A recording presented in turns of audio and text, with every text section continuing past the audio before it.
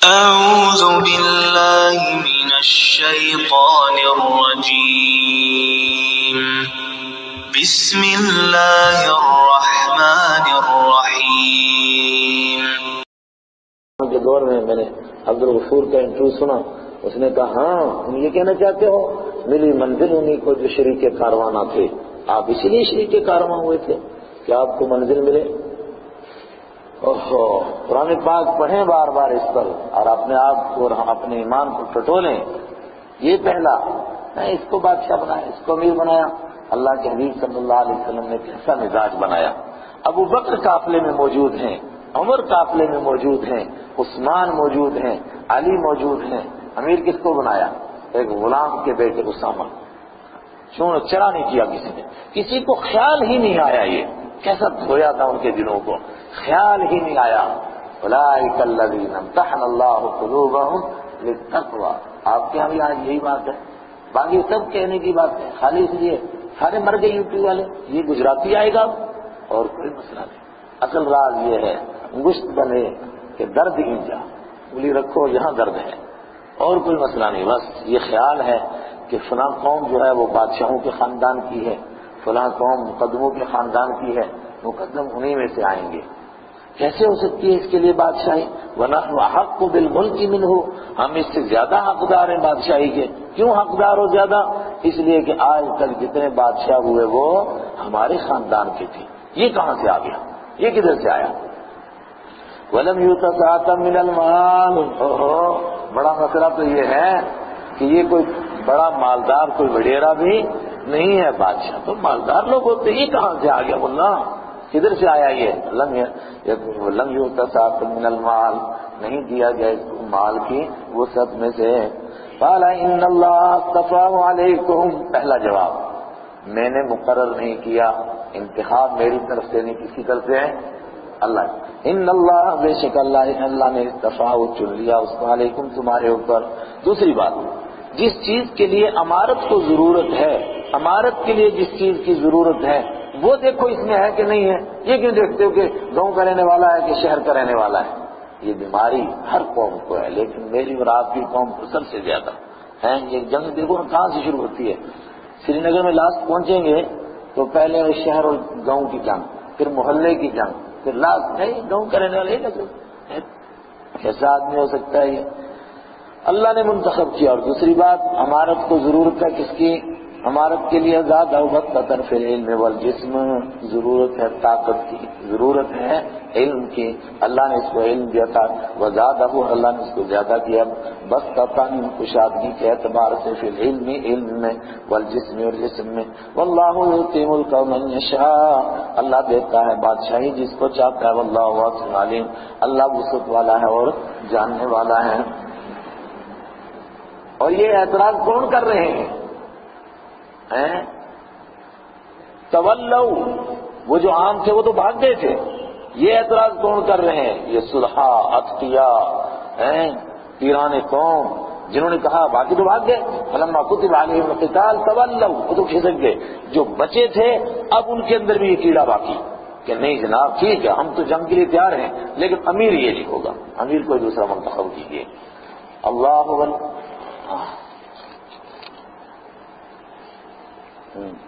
وقال لهم النبي من آية ملكه أن يأتيكم التابوت فيه سكينة من ربكم.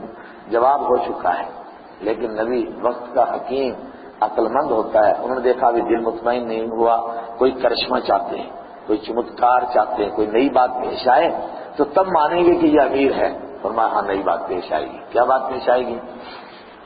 بنی اسرائیل سے جن فلسطینیوں نے جنگ کی تھی انہوں نے ان سے ایک صندوق چھینا تھا جن کو وہ اپنی اصطلاح میں تابوت سکینہ کہتے تھے، سکون حاصل کرنے والا تابوت. کیا تھا اس میں؟ کہتے ہیں کچھ تبرکات تھے.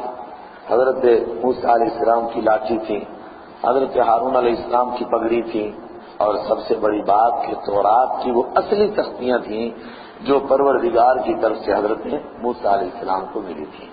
انہوں نے کہا کہ یہ صندوق اچانک تمہارے پاس آ جائے گا. لائے گا کون؟ فرشتے لے کر آئیں گے. کیسے لائیں گے؟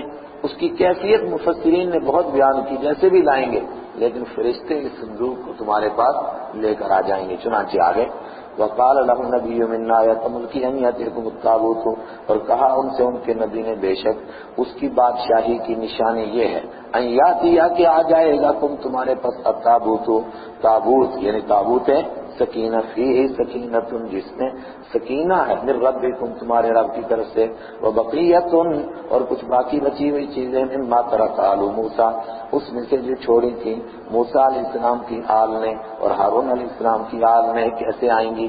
تحملہ الملائکہ فرشتے اس کو اٹھا لائیں گے. بہت واقعات بیان ہوئے اس میں کیسے لائے واقعہ، لیکن ایک واقعہ ہمارے یہاں زیادہ مشہور ہے کہ یہ تابوت سکینہ ان کے پاس جب سے تھا، لے تو گئے وہ چھین کر کہ یہ وہ چیز ہے جس کو آگے رکھتے ہیں بنی اسرائیل جنگ میں اور پھر جیت جاتے ہیں. انہوں نے کہا اسی کو چھینو یار، اس میں کوئی خاص چیز ہے. مگر جب سے تابوت سکینہ ان کے پاس گیا تھا تب سے ان کے یہاں بیماریاں، پریشانیاں، مصیبتیں. تو جب وہ زیادہ تنگ ہوئے تو انہوں نے ایک بیل گاڑی پر لادا اور بیل گاڑی کو بنی اسرائیل کی طرف ہنکا دیا. پھر فرشتے اس کو ہانکتے ہوئے بنی اسرائیل کے پاس لے کر آ گئے. ان فی ذلک لآیۃ، بے شک اس میں نشانی ہے لکم تمہارے لیے، ان کنتم مؤمنین اگر تم ایمان لانے والے ہو. اب مجبور ہو گئے، مرتا کیا نہ کرتا بیچارہ. کہا ٹھیک ہے جی مان لیا. سکینہ تابوت سکینہ آ گیا اس لیے ہمیں سکون بھی آ گیا. چلو یہ تو ہوئی نبی کے ساتھ گفتگو. اب شروع ہوگی حضرت طالوت کے ساتھ، کمانڈر کے ساتھ گفتگو. فلما فصل طالوت بالجنود، تو جب جدا ہوئے طالوت اپنے لشکر کے ساتھ، فصلہ کے بعد بھی آئے تو مانا لے کر چلنا. جب طالوت اپنے لشکر کو لے کر چلے، قال ان اللہ مبتلیکم بنہر، فرمایا بے شک اللہ تعالیٰ آزمانے والا ہے تم کو ایک نہر پر. کیسے؟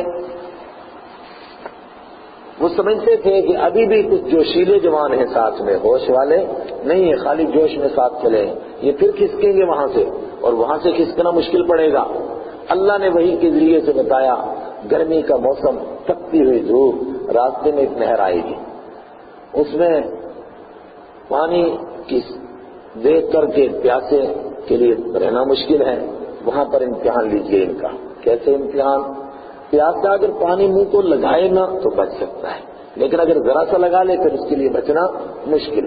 امتحان یہ ہوگا کہ ایک چلو جو پانی پی لے گا بس وہ بچے گا، اور جو اس سے زیادہ پیے گا اس کو اللہ تعالیٰ پھر آگے جانے کی توفیق نہیں دے گا.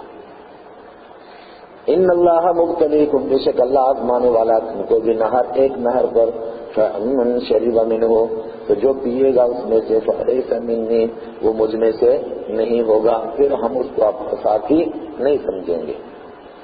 ومن لم یطعمہ، اور جو نہیں چکھے گا اس میں سے، طعام یطعم چکھنا، نہیں چکھے گا اس میں سے، فإنہ منی، بے شک وہ مجھ میں سے ہے. الا مگر اغترف غرفۃ بیدہ، مگر جو اغترف چلو لے لے، غرفۃ ایک چلو، بیدہ اپنے ہاتھ سے، دونوں ہاتھ سے ایسے لے تو اس کو لپ بھرنا کہتے ہیں، ہمارے یہاں بک کہتے ہیں اس کو. ایک ہاتھ سے لے تو یہ چلو ہے. تو بیدہ کیونکہ واحد ہے تو اس لیے ترجمہ کیا کرتے ہیں ایک چلو. ایک چلو جو پیے گا، مگر ایک چلو پیاسا پی کر کیسے بچے گا، وہ ہے، یہ ہے امتحان. آئے جب وہاں پہنچے، فشربوا منہ الا قلیلا منہم، تو پیا اس میں سے سب نے مگر تھوڑے سے، اور ایک چھانٹی ہو گئی. بہت نے پیا بس تھوڑے سے وہاں بچ گئے، اور جنہوں نے پیا ان کے لیے کیا کیا تھا، لیس منی، وہ مجھ میں سے نہیں ہوں گے. آگے تفسیری روایتیں دو. ایک تو یہ کہ جنہوں نے پیا تھا پھر وہ آگے جا نہیں سکے، اتنا پانی پیا، اتنا پانی، بس اب ان سے چلنا ہی نہیں بننے لگا، وہیں بیٹھ گئے. نہیں جو ہم سے تو چلا ہی نہیں جاتا. انہوں نے کہا میں نے پہلے ہی کہہ دیا تھا لیس منی، بیٹھو دفع کرو. ایک طبقہ کہتا ہے کہ نہیں، یہ ابھی ساتھ چلے تھے، آگے انہوں نے یہ بزدلی والا ایک جملہ کہا تھا. کون سا؟ فلما جاوزہ، جب انہوں نے کراس کیا ہوا حضرت طالوت نے، والذین آمنوا معہ، اور انہوں نے جو ان کے ساتھ ایمان لائے تھے، قالوا لا طاقت لنا اليوم بجالوت وجنودہ، انہوں نے کہا ہمیں طاقت نہیں ہے طاقت ہمارے لیے الیوم آج بجالوت و جنودہ، جالوت اور اس کے لشکر سے لڑنے کی۔ قرآن کے الفاظ سے اللہ بہتر جانتا، مجھے یہی لگتا ہے کہ پینے والے وہیں رک گئے تھے۔ یہ دوسرا طبقہ ہے، گئے یہاں سے کر کے ہمت، اب بالکل سارے امتحانوں میں پاس ہوئے، جب سامنے لشکر دیکھا تو ہائے اتنا بڑا لشکر ہم کیا کریں گے، ہم لا طاقت لنا اليوم، آج ہمارے لیے طاقت نہیں ہے۔ کیونکہ یہاں سے جنہوں نے یہ جملہ کہا تھا پھر آگے ایمان والوں نے دوسرا جملہ کہا تو لگتا ہے کہ یہ بھی پھر اٹھ کھڑے ہوئے، ان ایمان والوں نے ان کی بھی ہمت بڑھائی۔ انہوں نے قال الذین یظنون، کہا ان لوگوں نے جو گمان کرتے تھے انہم ملاقو اللہ، کہ وہ ملنے والے ہیں اللہ سے۔ اگر نہیں ہے طاقت ہوتی تو لڑتے، طاقت نہیں ہے لڑ نہیں سکیں گے تو تب بھی تو موت آئے گی، اگر نہیں لڑیں گے کیا پھر بچ جائیں گے؟ بے لڑے بھی تو موت ہی آئے گی، بچیں گے تو تب بھی نہیں۔ انہوں نے کہا قال الذین یظنون، کہا ان لوگوں نے جو گمان کرتے تھے انہم ملاقو اللہ، کہ وہ ملنے والے ہیں اللہ سے۔ انہوں نے کہا جاؤ رہنے دو، کم من فئۃ قلیلۃ، کتنی ہی تھوڑی جماعت ہے، کتنی ہی مرتبہ ایسا ہوا، من فئۃ قلیلۃ، کتنی تھوڑی تھوڑی جماعتیں ایسی ہوئی ہیں، غلبت فئۃ کثیرۃ، جو غالب آئی، فئۃ کثیرۃ، زیادہ جماعت پر باذن اللہ، اللہ کے حکم سے۔ واللہ مع الصابرین، اور اللہ ڈٹ جانے والوں کے ساتھ ہے، ڈٹ جاؤ، اللہ ڈٹ جانے والوں کے ساتھ ہے۔ اس سے ظاہری طور پر لگتا یہی ہے کہ جنہوں نے کہا تھا لا طاقت لنا، وہ بھی ہمت کر کے اب کھڑے ہو گئے، ساتھ ہو گئے، چل پڑے۔ کم من فئۃ غلبت فئۃ واللہ مع الصابرین ولما برزوا لجالوت وجنودہ، یہ بات تو انہوں نے کہیں دور سے دیکھ کر اب میدان جنگ میں آئے۔ ولما، اور جب برز ہونا ظاہر ہونا، جب ظاہر ہوئے وہ سب لجالوت، جالوت کے لیے، جالوت کون ہے؟ دشمن فوج کا کمانڈر، وجنودہ، اور اس کے لشکر کے، تب دعا کی ان ایمان والوں نے، اللہ نے ان کو توفیق عطا فرمائی، سارے امتحان پاس کر کے یہاں پہنچے تھے، اب اللہ نے دعا وہ کہلوائی جو ان کی شان کے لائق تھی، کہا اے اللہ پہنچ آئے یہاں، پیاس بھی برداشت کی، بھوک بھی برداشت کی، مگر توفیق تجھ سے مانگتے ہیں۔ ربنا، اے ہمارے رب، افرغ علینا، انڈھیل دے تو ہمارے اوپر صبر کو، افرغ یفرغ من بہانا، یہ لفظ دو مقام پر آیا، ایک جب جادوگر سجدے سے اٹھے تھے، فرعون نے کہا کہ ٹکڑے کروں گا، تو انہوں نے یہ دعا کی تھی، افرغ، تو جھرنے لگا دے ہمارے اوپر صبر کے، صبر کو بہا دے ہمارے اوپر، چھم لگا دے، وثبت اقدامنا، اور ہمارے پاؤں جما دے، وانصرنا علی القوم الکافرین، اور ہماری مدد فرما کافروں کے مقابلے میں۔ سنایا کس کو جا رہا ہے یہ؟ ایمان والوں کو، جب بھی تمہارے ساتھ یہ معاملہ پیش آئے اسی طرح کرنا۔ فہزموہم باذن اللہ، تو انہوں نے شکست دے دی ان کو باذن اللہ، اللہ کے حکم سے، مگر دی کیسے؟ وقتل داؤد جالوت، اور داؤد علیہ السلام نے قتل کر دیا جالوت کو۔ کیسے کیا؟ جب طالوت چلے اس لشکر کو لے کر تو کہتے ہیں کہ حضرت داؤد کے لیے اللہ نے ان کو وحی کی کہ داؤد نام کا ایک جوان ہے، اس کو بھی ساتھ لے کر چلو۔ حضرت داؤد بکریاں چرانے کا کام کرتے تھے، تاریخی روایت ہے، تو یہ ان کے والد کے پاس گئے کہ اس لڑکے کو بھی لے چلو، اس کو لے جانے کا مجھے حکم ہے، اس کو بھیجو۔ حضرت داؤد بھی ساتھ ہوئے، اور حضرت داؤد بکریاں چراتے تھے، ان کو وہ رسی میں باندھ کر پتھر مارنا آتا تھا، جانتے نا ایسے رسی ہوتی ہے، خوبانی کہتے ہیں ہم، آپ جو بھی کہتے ہوں گے، اس سے باندھ کر پتھر مارنا آتا تھا، ساتھ گئے۔ تو جب دیکھ رہے تھے کوئی لڑائی کے لیے صفیں باندھ رہا ہے، کوئی کہیں کوئی کہیں، یہ صرف دیکھ رہے تھے کہ وہ اصلی بڑا دشمن کہاں ہے، دور نظر آیا، پیچھے صفوں کو ہلا رہا تھا۔ انہوں نے پتھر اس میں رکھا اور گھمایا اور نشانہ باندھا اور اتنے کھینچ کر جو مارا تو وہ پورا لوہے کے اندر غرق تھا، صرف اس کی یہ ذرا آنکھیں کھلی تھی، سیدھا دونوں آنکھوں کے بیچ میں لگا اور وہیں گرا اور اس کا کام تمام ہو گیا۔ وقتل داؤد جالوت، اور اللہ نے داؤد نے قتل کر دیا جالوت کو۔ داؤد علیہ السلام نے قتل کیا تو وہ شکست کھا گئے، اب بادشاہ کون بن گئے؟ حضرت طالوت۔ طالوت کی بیٹی سے نکاح ہو گیا حضرت داؤد کا، تو طے ہو گیا کہ طالوت کے بعد بادشاہ بنیں گے حضرت داؤد. تو آتاہ اللہ الملک، اللہ نے دے دی ان کو بادشاہی. کن کو؟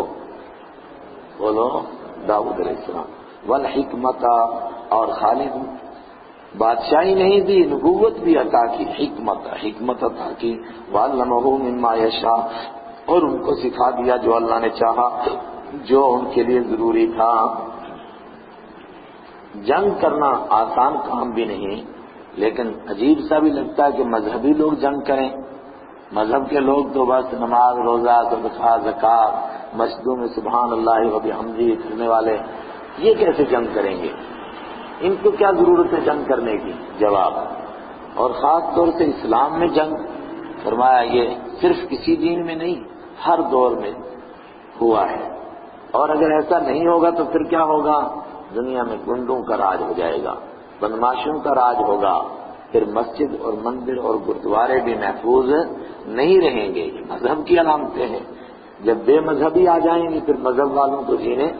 ولولا دفع اللہ، اور اگر نہ ہٹائے اللہ، اگر نہ ہٹاتا اللہ تعالیٰ لوگوں کو بعضهم ببعض، بعض کو بعض کے ذریعے سے، نہ طاقت توڑتا اللہ بعض کی بعض کے ذریعے سے، لفسدت الارض، تو بگڑ جاتی زمین. ولکن اللہ ذو فضل علی العالمین، لیکن اللہ تعالیٰ دنیا جہان پر فضل والا ہے. تبھی یہ زور توڑتا رہتا ہے تو دنیا کے اندر بگاڑ نہیں آتا ہے. کرتا ہے نا توڑ. نولی بعضهم علی بعض، انہی میں سے بعض کو بعض پر مسلط کرتا رہتا ہوں. کبھی گوروں کے ذریعے سے کالوں کی طاقت، کبھی کالوں کے ذریعے سے گوروں کی طاقت توڑتا ہے. اس پر شاہ عبد القادر رحمۃ اللہ علیہ کا ایک حاشیہ ہے، آپ ذہن میں رکھیں. شاہ صاحب فرماتے ہیں کہ جاہل لوگ سمجھتے ہیں کہ لڑنا جھگڑنا یہ جاہلوں کا کام ہے. سنو، دین کے لیے لڑائی ہر دور میں رہی ہے. انبیاء کرام لڑتے تھے. حضرت داؤد علیہ السلام خود میدان جنگ میں گئے اور خود جا کر جالوت کو قتل کیا. اگر نیک لوگ جا کر ان گنڈوں کو پیچھے نہیں ہٹائیں گے پھر کون ہٹائے گا؟ تلک آیات اللہ نتلوها علیک بالحق، یہ ہیں وہ آیتیں جو ہم آپ کے سامنے تلاوت کرتے ہیں حق کے ساتھ. اور اس سے ایک بات اور بھی معلوم ہوئی، کیا؟ انک لمن المرسلین، بے شک آپ ضرور اللہ کے رسولوں میں سے ہیں. کیسے معلوم ہوا؟ ہزاروں سال پرانا واقعہ آپ ایسا بیان کر رہے ہیں جیسا کہ آنکھوں سے دیکھ رہے ہیں، اور آنکھوں سے دیکھ کر وہی بیان کر سکتا ہے جو وہاں موجود ہو، اور وہاں آپ تو موجود تھے نہیں. پھر کون موجود تھا؟ اللہ. اللہ نے آپ پر وحی کی اور وحی کے ذریعے سے بتایا، اور جس پر وحی ہوتی ہے وہی رسول ہوتا ہے. انک لمن المرسلین، اس سے ثابت ہوا کہ آپ اللہ کے رسولوں میں سے ہیں. جی ہاں، رسولوں میں سے ہیں. یہ رسولوں کا ایک سلسلہ ہے. حضرت داؤد علیہ السلام، حضرت شموئیل علیہ السلام، موسیٰ علیہ السلام، عیسیٰ علیہ السلام، رحمت عالم علیہ السلام. تلک الرسل، یہ ہے رسول. فضلنا بعضهم علی بعض، ہم نے فضیلت دی ان میں سے بعض کو بعض پر. کیا فضیلت دی؟ منہم من کلم اللہ، ان میں سے کچھ وہ ہیں جن سے اللہ نے بات کی. ورفع بعضهم درجات، اور بعض کے درجوں کو بلند کیا. کون ہے وہ بعض؟ بعض کی طرف اشارہ کون؟ یہ رحمت عالم صلی اللہ علیہ وسلم. یہ ہے وہ رسول جن کو ہم نے بعض کو بعض پر فضیلت دی. ان میں سے کچھ سے تو ہم نے بات کی، اور کچھ کے تو درجے بہت ہی اونچے کیے. ایہارا کے بیان جو واضح ہو اس کو بیان کرنے کی ضرورت، جس کا نام لیا جائے معلوم ہوا اس کی وضاحت کی ضرورت تھی، لیکن جس کا نام نہیں لیا معلوم ہوا تو وہ اتنے واضح ہے نام لینے کی ضرورت نہیں ہے. اس میں کتنی فضیلت آتا ہے مدنی کی. وآتینا عیسی ابن مریم البینات، اور ہم نے دی عیسیٰ ابن مریم کو البینات، واضح نشانیاں.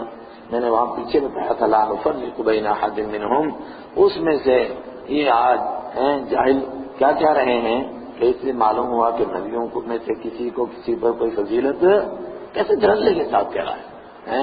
کہتا ہے آقا مدنی کو بھی کسی پر فضیلت نہیں تھی. کتنی تلک الرسل فضلنا، اللہ کہتا ہے ہم نے فضیلت دی، وہ کہتا ہے تھی نہیں فضیلت. وآتینا عیسی ابن مریم البینات، اور ہم نے دیے عیسیٰ ابن مریم کو البینات، واضح نشانیاں. وأیدناہ بروح القدس، اور ہم نے ان کی تائید کی حضرت جبرائیل علیہ السلام کے ذریعے سے. موسیٰ علیہ السلام کا نام نہیں لیا، خالی کا ان سے بات کی تھی.